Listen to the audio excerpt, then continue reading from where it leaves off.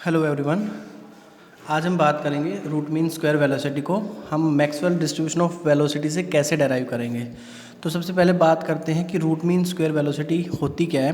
तो देखो, इसको हम यहाँ से स्टडी करेंगे। सबसे पहले हम बात करेंगे कि जो वेलोसिटी है हमें उसका स्क्वायर करना है, फिर हम उसका मीन निकालते हैं और लास्ट में हम उसका रूट निकाल देंगे।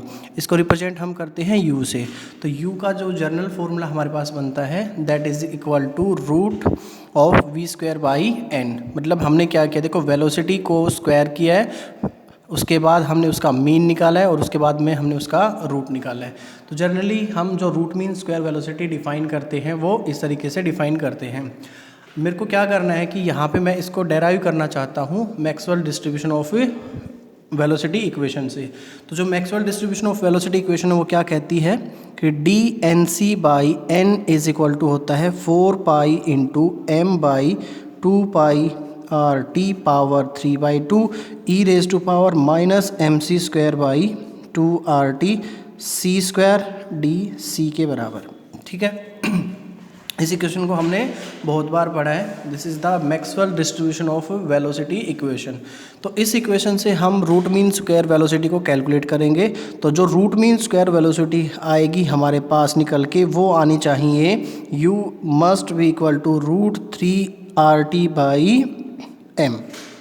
तो हमें इस मैथमेटिकल फॉर्मूले को इस वाली इक्वेशन से क्या करना है, डेराइव करना है। तो इसको हम डेराइव कैसे करेंगे, तो उससे पहले इसको हम रूट मीन स्क्वायर वेलोसिटी को कैसे डिफाइन करते हैं, इसका मैथमेटिकल एक्सप्रेशन कैसे जनरेट करेंगे, तो वो हम लिखते हैं। मैं इसको लिखूँगा यहाँ से u इज़ इक्वल टू जो रूट मीन स्क्वायर वेलोसिटी है, सबसे पहले हमें क्या करना होता है इंटीग्रेशन 0 टू इन्फिनिटी, मतलब इसमें टोटल जितनी वेलोसिटी जो होंगी वो सब इंक्लूड हो जाएंगी। सी स्क्वायर, सी हम यहाँ वेलोसिटी के लिए लिखते हैं वेलोसिटी का स्क्वायर। ठीक है, टोटल उनका सम करेंगे तो जनरली उसको हम इंटीग्रेट करते हैं, तो इनटू डी एन सी मैंने यहाँ पे लिखा है। तो सी स्क्वायर डी एन सी उसका इंटीग्रेशन 0 से इन्फिनिटी के बीच में करेंगे तो टोटल जितनी वेलोसिटीज़ है उनके स्क्वायर को हम कैलकुलेट कर सकते हैं। फिर क्या करना है, नेक्स्ट हमें इसका मीन निकालना है। तो मीन निकालने के लिए मैं क्या करूँगा, इसको एन से डिवाइड करूँगा और फाइनली मेरे को क्या करना है, इसका स्क्वायर रूट निकालना है। स्क्वायर रूट का मतलब होता है उसकी पावर 1/2। तो u का फॉर्मूला यहाँ पे हमारे पास क्या बनेगा, u is equal to 0 to infinity C square D N C by N और होल पावर हो जाएगी यहाँ पे इसकी 1/2।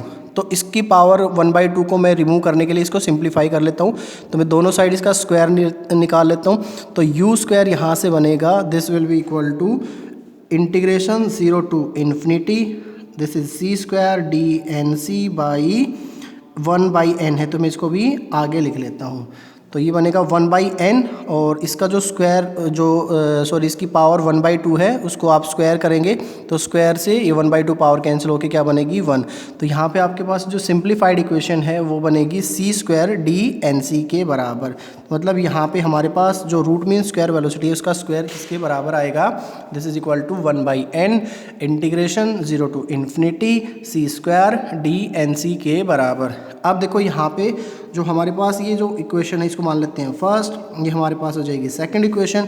तो फर्स्ट इक्वेशन से डी एन सी की वैल्यू निकाल के इस इक्वेशन के अंदर हम पुट कर लेते हैं। तो देखो यू स्क्वायर की इक्वेशन क्या बनेगी, this will be U square is equal to, ठीक है, this is equal to 1/n integration आएगा 0 से इन्फिनिटी सी स्क्वायर यहाँ पे पहले से है, इस n को मैं इधर शिफ्ट करूँगा तो मल्टीप्लाई करेंगे 4 पाई के साथ में। तो यहाँ पे इस n को मल्टीप्लाई कर लेते हैं into 4 pi into M by 2 pi R T power हो जाएगी 3/2 ई raise to power minus M C square by 2 are t into c square into d सी।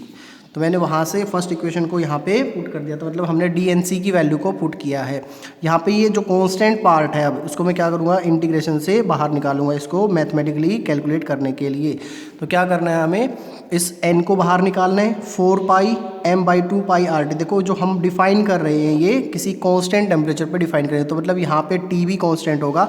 ये इसका मास है वो भी कांस्टेंट है, r कांस्टेंट होता है तो मतलब ये पूरा फैक्टर भी कांस्टेंट है, 4 पाई कांस्टेंट है, n कांस्टेंट है। तो जो कांस्टेंट वाला ये वाला पार्ट है इसको मैं क्या करता हूँ, इंटीग्रेशन को सोल्व करने के लिए इसको इंटीग्रेशन से बाहर निकाल देता हूँ। तो ये बनेगा this is equal to 1/n into n into 4 pi into m/2 pi RT power हो जाएगी 3/2 इंटीग्रेशन 0 टू इन्फिनिटी। यहाँ पे देखो c का स्क्वायर है और c स्क्वायर यहाँ से भी आएगा तो यहाँ पे बनेगी इसकी c की power 4, this is equal to c power 4 into क्या हो जाएगा ये वाला part e raise to power minus mc²/2RT। ठीक है, और क्या बचा देखो ये भी हो गया, ये वाला पार्ट भी हमने कॉमन था बाहर निकाल दिया, कांस्टेंट था बाहर निकाल दिया, और c स्क्वायर वाला पार्ट यहाँ पे इसको पावर के अंदर यूज कर लिया क्योंकि बेस सेम है, यहाँ पे c का स्क्वायर है यहाँ पे भी c का स्क्वायर है तो बेस सेम है तो पावर क्या हो जाती है, ऐड हो जाती है, तो c की पावर 4 बनेगा ये। ठीक है, इंटू DC बच गया हमारे पास। ठीक है, अब क्या करते हैं इस n से ये n कैंसिल आउट हो जाएगा तो यहाँ से u स्क्वायर किसके बराबर बचा हमारे पास, u स्क्वायर हमारा बनेगा this u square will be equal to ये बचा हमारे पास 4 pi into m/2 pi RT power हो जाएगी 3/2। ठीक है, integration 0 to infinity c power 4 e raise to power minus mc²/2RT into DC। इसको हम थर्ड इक्वेशन मान लेते हैं। तो थर्ड इक्वेशन में ये constant part as it is है, तो ये वाला जो इंटीग्रेशन है हम क्या करते हैं इस इंटीग्रेशन को सेपरेटली सोल्व करके इस इक्वेशन के अंदर इसकी वैल्यू को पुट कर लेंगे। तो देखो हमें क्या करना है, टू सोल्व इंटीग्रेशन क्या है 0 to infinity c power 4 e raise to power minus mc²/2RT into DC। इस इंटीग्रेशन को क्या करना है हमें सोल्व करना है। तो देखो सोल्व करने के लिए क्या करेंगे इस इंटीग्रेशन को सोल्व करने के लिए क्या करेंगे, पुट जो इसकी पावर पे जो आपको दिखाई दे रहा है mc²/2RT, दिस mc²/2RT इसको मैं पुट कर लेता हूँ x स्क्वायर के बराबर। ठीक है, यहाँ से इसको x स्क्वायर के बराबर पुट करेंगे तो c स्क्वायर को यहाँ से मैं सोल्व कर सकता हूँ, तो c स्क्वायर की वैल्यू क्या आएगी, तो देखो c स्क्वायर की वैल्यू हो जाएगी ये 2RT इधर मल्टीप्लाई होगा जाके 2RT/m नीचे आ जाएगा इंटू x स्क्वायर, तो c स्क्वायर की वैल्यू ये होगी। तो यहाँ से मैं c की वैल्यू निकालूँ तो c की वैल्यू क्या हो जाएगी, c will be equal to 2RT/m into x। ठीक है, और इसकी पावर तो होगी तो इसका क्या आएगा, इसका स्क्वायर रूट भी आएगा c। ठीक है, तो यहाँ से आपके पास c की वैल्यू क्या आ गई 2RT/m, इसकी पावर क्या हो जाएगी 1/2 और x का स्क्वायर था तो इसकी पावर 1 हो जाएगी। अगर मेरे को यहाँ से DC निकालना हो तो DC क्या हो जाएगा, DC मतलब ये तो कांस्टेंट है तो 2RT/m होल पावर इसकी है 1/2 और x का क्या हो जाएगा यहाँ से dx। तो DC की वैल्यू मेरे को मिल गई कि DC किसके बराबर है, यहाँ पे ये 2RT/m पावर 1/2 इंटू dx के बराबर। C आपको मिल गया यहाँ से 2RT/m पावर 1/2 इंटू x। मेरे को क्या निकालना, देखो इसके अंदर इस वाले फैक्टर को मैं चेंज कर दूंगा x स्क्वायर से, इस DC को मैं चेंज कर दूंगा इस वाली इक्वेशन से। अब मेरे पास c की पावर 4 है, मुझे इसको भी रिप्लेस करना है तो मैं यहाँ से c की पावर 4 निकालूँ। अगर c स्क्वायर आपका इसके बराबर है तो यहाँ से हम ये कह सकते हैं कि c की power 4 will be equal to 2RT/m। ठीक है, इसका करेंगे हम स्क्वायर इंटू x की पावर क्या हो जाएगी यहाँ से 4, तो इसका यहाँ पे c की पावर 4 भी हमें मिल गया है। तो देखो c की पावर 4 इस पार्ट को DC को हम क्या करते हैं इस इक्वेशन के अंदर पुट कर लेते हैं। ठीक है, तो इसके अंदर पुट करेंगे तो देखो हमारे पास जो इंटीग्रेशन है वो क्या बनेगा, तो इंटीग्रेशन बनेगा हमारे पास 0 टू इन्फिनिटी, लिमिट तो वही रहेंगी इसकी। ठीक है, 0 टू इन्फिनिटी क्यों रहेंगी, क्योंकि जब आपके पास c की वैल्यू 0 है तो उस टाइम पे x की वैल्यू भी क्या बनेगी 0। जब c की वैल्यू इन्फिनिटी होगी तो x की वैल्यू भी उस टाइम पे क्या होगी इन्फिनिटी, तो लिमिट यहाँ से तब भी वही बनेगी हमारे पास 0 टू इन्फिनिटी। तो c की पावर 4 की जगह पे मैं पुट कर रहा हूँ इसको 2RT/m, इसकी पावर 2, x की पावर 4। ठीक है, ये वाले फैक्टर है, इसकी जगह पे हम पुट करेंगे e की पावर माइनस mc² है तो ये हो जाएगा आपका यहाँ से हो जाएगा e की पावर माइनस एक्स स्क्वायर, ठीक है, e की पावर माइनस एक्स स्क्वायर। और डी वाला फैक्टर है, इस डी की भी वैल्यू पुट कर लेते हैं, तो डी हो जाएगा इंटू 2RT/m इन सॉरी इसकी पावर आपके पास है डी की पावर 1/2 और ये हो जाएगा dx के बराबर। क्लियर है। अब देखो यहाँ से हमें क्या मिलेगा, यहाँ पे ये हो गया आपका 2RT/m इसकी पावर 2 और 2RT/m इसकी पावर 1। तो यहाँ पे दोनों के बेस सेम है, ये भी 2RT/m है और ये भी क्या है आपका 2RT/m। तो पावर को मैं क्या कर सकता हूँ, यहाँ पे इनकी पावर को मैं क्या कर सकता हूँ, ऐड कर सकता हूँ।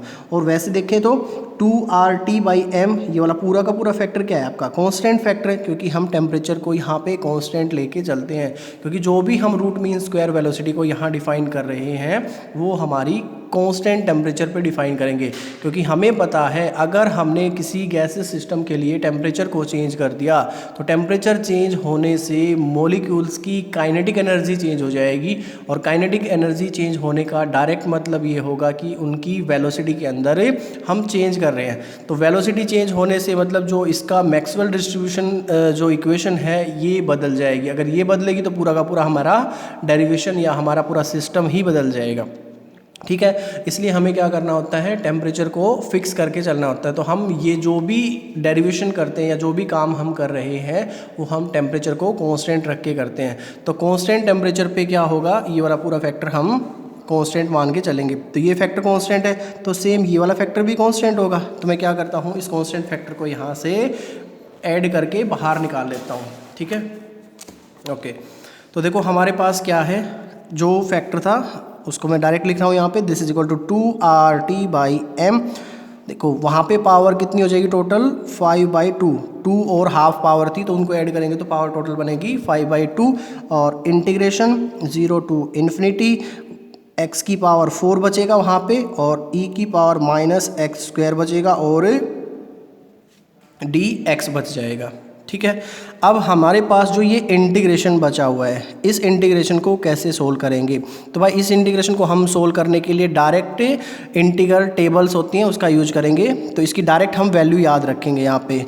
तो हमें पता है कि दिस इंटीग्रेशन, इसको हम हमारे पास वहाँ पे थर्ड इक्वेशन थी, इसको हम फोर्थ इक्वेशन मान लेते हैं। तो फोर्थ इक्वेशन में ये जो इंटीग्रल पार्ट है हमारा, इस इंटीग्रल की डेफिनेट वैल्यू होती है और वो वैल्यू क्या होती है, this is equal to 0 to infinity x की power 4 e raise to power minus x square dx। इसकी वैल्यू होती है this is equal to 3/8 root pi के बराबर। ये इंटीग्रेशन को जब हम सोल्व करते हैं तो इसकी डायरेक्ट जो वैल्यू आएगी वो किसके बराबर आएगी, 3/8 रूट पाई के बराबर, ठीक है। तो इस वैल्यू को मैं क्या करता हूँ, इस फोर्थ इक्वेशन में पुट कर देता हूँ। तो जो फोर्थ इक्वेशन है वो रिड्यूस होके क्या बनेगी, तो हम देखते हैं उसको। तो this will be equal to 2RT/m, power बनेगी 5/2, ठीक है। और इसकी वैल्यू क्या हो जाएगी 3/8 इंटू पाई की रूट को मैं क्या लिख सकता हूँ, पावर 1/2, ठीक है। यहाँ तक सब सही है।